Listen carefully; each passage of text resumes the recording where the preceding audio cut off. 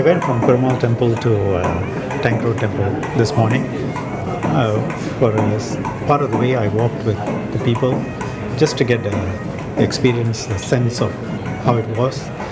Almost uniformly, everyone I spoke with said that the arrangements were very good. They were very happy. The fact that we added live music points and piped-in music, I think, tremendously encouraged people.